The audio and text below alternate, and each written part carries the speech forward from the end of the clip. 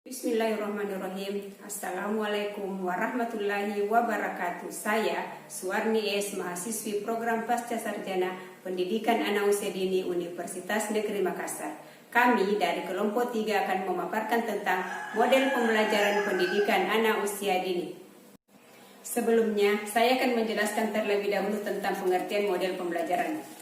Model pembelajaran adalah suatu desain atau rancangan yang menggambarkan proses rincian dan penciptaan situasi lingkungan yang memungkinkan anak berinteraksi dalam pembelajaran, sehingga terjadi perubahan atau perkembangan pada diri anak.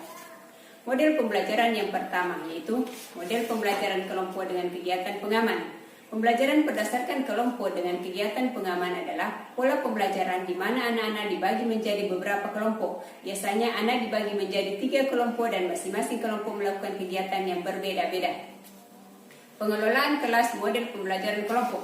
Hal-hal yang perlu diperhatikan dalam pengelolaan kelas adalah: pertama, penataan perabot di ruangan harus disesuaikan dengan kegiatan yang akan dilaksanakan.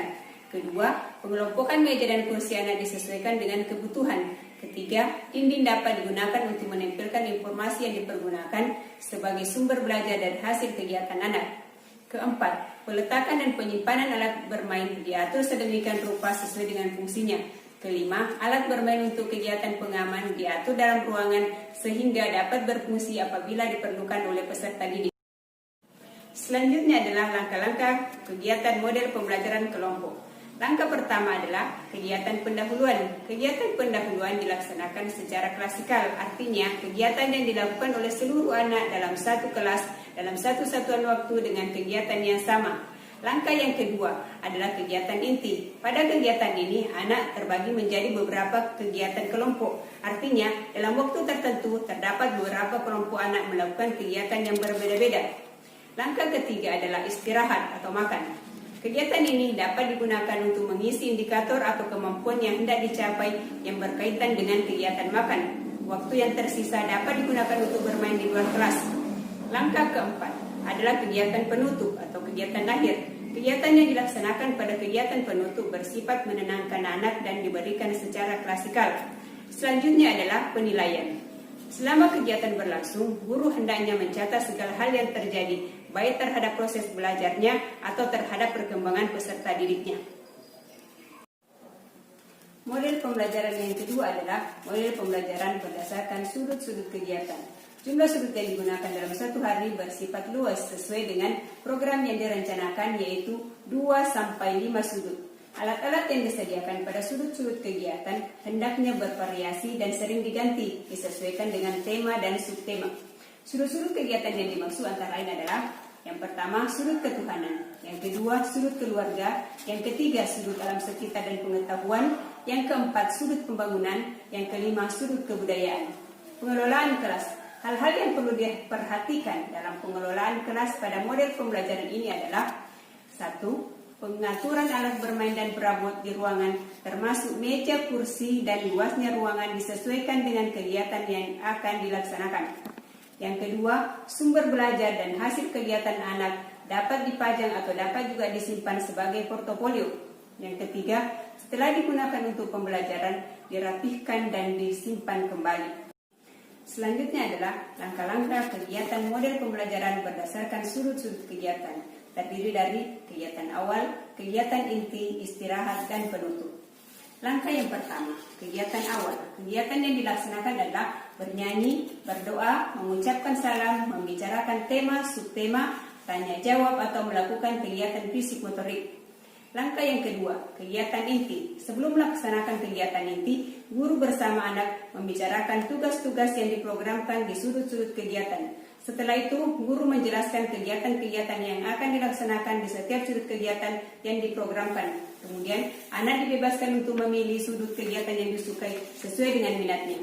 Langkah yang ketiga, istirahat atau makan. Kegiatan makan bersama menanamkan pembiasaan yang baik. Setelah kegiatan makan selesai, waktu yang tersisa digunakan untuk bermain di luar. Langkah yang keempat, kegiatan akhir dilaksanakan secara klasikal. Bisa dengan bercerita, bernyanyi, membersihkan kelas bersama-sama, diskusi kegiatan yang telah dilakukan, informasi kegiatan esok hari, berdoa, salam, dan pulang. Selanjutnya adalah penilaian. Selama kegiatan berlangsung, guru hendaknya mencatat segala hal yang terjadi, baik terhadap proses belajarnya atau terhadap perkembangan peserta didik. Demikianlah pemaparan saya, selanjutnya akan dilanjutkan oleh Saudari Hasdiana. Wassalamualaikum warahmatullahi wabarakatuh. Assalamualaikum warahmatullahi wabarakatuh. Saya Hasdiana, mahasiswi program Pasca Sarjana Pendidikan Anak Usia Dini Universitas Negeri Makassar. Baiklah, saya akan melanjutkan model pembelajaran selanjutnya, yaitu model pembelajaran sentra. Model pembelajaran sentra adalah model pendekatan pembelajaran yang mana dalam proses pembelajarannya dilakukan di dalam lingkaran, cycle time, dan sentra bermain. Lingkaran adalah di mana saat guru duduk bersama dengan anak dalam posisi melingkar untuk memberikan pijakan kepada anak yang dilakukan sebelum dan sesudah bermain. Sedangkan sentra bermain adalah zona atau area bermain anak yang dilengkapi dengan seperangkat alat bermain yang berfungsi sebagai pijakan lingkungan. Pembelajaran yang berpusat pada model sentra dilakukan secara tuntas, mulai dari kegiatan awal sampai kegiatan akhir. Setiap sentra mendukung perkembangan anak dalam 3 jenis bermain. Yang pertama adalah bermain sensori motor, yang kedua adalah bermain peran, dan yang ketiga adalah bermain konstruktif. Sentra bermain terdiri atas sentra bahan alam, sentra balok, sentra seni, sentra bermain peran, sentra persiapan, sentra agama, dan sentra musik. Di sekolah yang mampu boleh menambahkan sentra yang lain selain yang telah disebutkan tadi.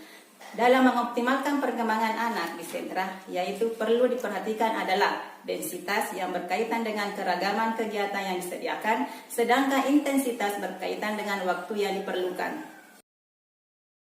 Untuk membangun konsep pada anak, guru memberikan 4 pijakan, yaitu yang pertama adalah pijakan lingkungan bermain, yang kedua pijakan sebelum bermain, dan yang ketiga adalah pijakan selama bermain, dan yang keempat pijakan setelah bermain. Pengelolaan kelas. Dalam pengelolaan kelas, model sentra meliputi pengelolaan secara klasikal dan individual. Langkah-langkah kegiatan. Yang pertama adalah penataan lingkungan bermain. Kedua, kegiatan inti dengan pijakan pengalaman sebelum main. Yang ketiga, pijakan pengalaman selama main. Yang keempat, pijakan pengalaman setelah main. Yang kelima, istirahat. Dan yang keenam, kegiatan penutup. Selanjutnya, penilaian. Selama kegiatan bermain, guru mencatat segala hal yang terjadi, baik terhadap program kegiatan maupun tahap perkembangan anak. Model pembelajaran selanjutnya yaitu model pembelajaran area. Model ini memberikan kesempatan kepada anak untuk melakukan kegiatan sendiri sesuai dengan minatnya. Pembelajaran dirancang untuk memenuhi kebutuhan spesifik anak dan menghormati keragaman budaya. Prinsip model pembelajaran area yang pertama adalah pengalaman pembelajaran pribadi setiap anak. Yang kedua, membantu anak membuat pilihan dan keputusan melalui kegiatan di dalam area-area yang disiapkan.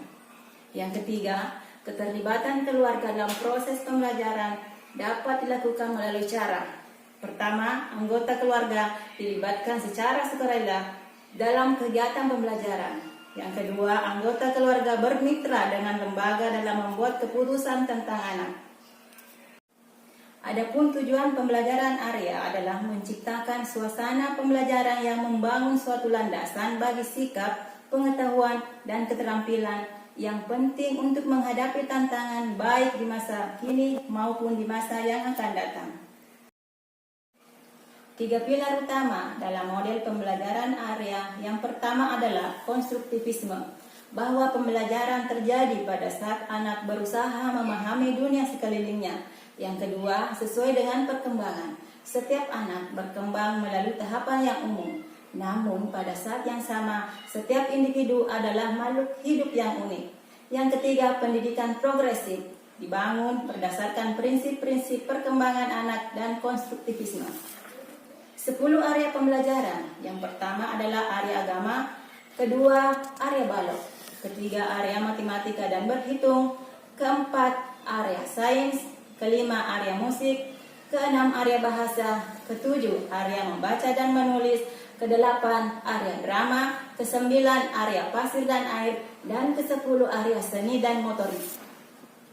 Pengelolaan kelas model pembelajaran area yang pertama adalah alat bermain, sarana prasarana diatur sesuai dengan area yang akan dibuka. Yang kedua, kegiatan dapat dilakukan dengan menggunakan meja, kursi, karpet, dan tikar. Yang ketiga, pengaturan area memungkinkan guru dapat melakukan pengamatan sehingga dapat memberikan motivasi, pembinaan, dan penilaian. Yang keempat, guru memperhatikan perbedaan setiap individu. Langkah-langkah kegiatan dalam model pembelajaran area adalah yang pertama, kegiatan awal atau pendahuluan, melatih pembiasaan, berdoa, memberi salam, bercerita tentang pengalaman, menyanyi, bercakap-cakap tentang tema dan subtema. 2. Kegiatan inti, guru bersama anak membicarakan kegiatan di area yang diprogramkan. Dan yang ketiga adalah istirahat makan. Kegiatan makan bersama menanamkan pembiasaan yang baik, mencuci tangan, berdoa sebelum dan sesudah makan, tata tertib makan, mengenalkan jenis makanan yang bergizi. 4. Kegiatan akhir atau penutup. Kegiatan akhir dilakukan secara klasikal seperti menyanyi, bersyair, diskusi tentang kegiatan satu hari, dan menginformasikan kegiatan esok hari, berdoa, salam, dan pulang. Penilaian. Guru melakukan penilaian dengan memakai alat penilaian yang telah disiapkan. Demikianlah hasil pemaparan kelompok kami tentang model-model pembelajaran pendidikan anak usia dini. Semoga memberi manfaat. Terima kasih. Assalamualaikum warahmatullahi wabarakatuh.